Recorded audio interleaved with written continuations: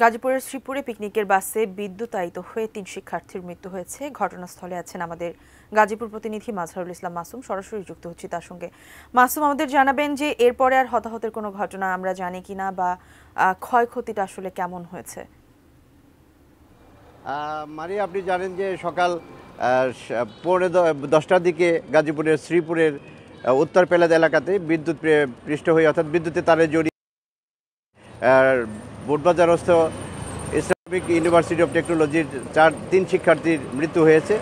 সকাল 7:30টার দিকে তারা ক্যাম্পাস থেকে মাটির মায়া রিসোর্টের উদ্দেশ্যে রওনা দেয় এবং জৈনার বাজার ঢাকা ময়মনসিংহ মহাসড়ক থেকে তারা একটি আঞ্চলিক সড়কে যখন প্রবেশ করে, ঠিক আঞ্চলিক সড়কে প্রবেশের কিছুক্ষণ পর উত্তর পেলাইদ এলাকাতে এসে তারা একটি বিদ্যুতের তারের সাথে বা তাদের বহনকারী বাস সংঘর্ষ হয় এবং এই তারের সাথে বাসের যে সংঘর্ষ হয় সেই তখনই বাসটি বিদ্যুতায়িত হয়ে পড়ে এবং সেখানে ঘটনাস্থলে 2 জনের মৃত্যু হয়। একজনকে ঢাকা ময়মনসিংহ মেডিকেল কলেজ হাসপাতালে নেওয়ার পর মারা যান।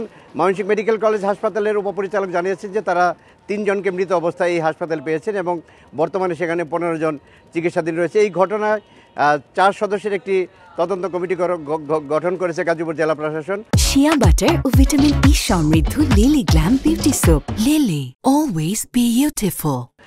তার প্রধান রাখা হয়েছে গাজীপুরের অতিরিক্ত জেলা ম্যাজিস্ট্রেট সালমা বেগমকে এবং বাকি 3 জন হচ্ছেন শ্রীপুর থানার ভারপ্রাপ্ত কর্মকর্তা, শ্রীপুর উপজেলা নির্বাহী কর্মকর্তা এবং বিদ্যুৎ বিভাগের একজন ব্যবস্থাপককে রাখা হয়েছে। তারা এই 3 কর্মদিবসের মধ্যে এই রিপোর্ট পেশ করতে বলা হয়েছে তাদেরকে। তারা 3 কর্মদিবসের মধ্যে রিপোর্ট পেশ করবেন। এখন তারা ঘটনাস্থলে উপস্থিত হয়েছেন।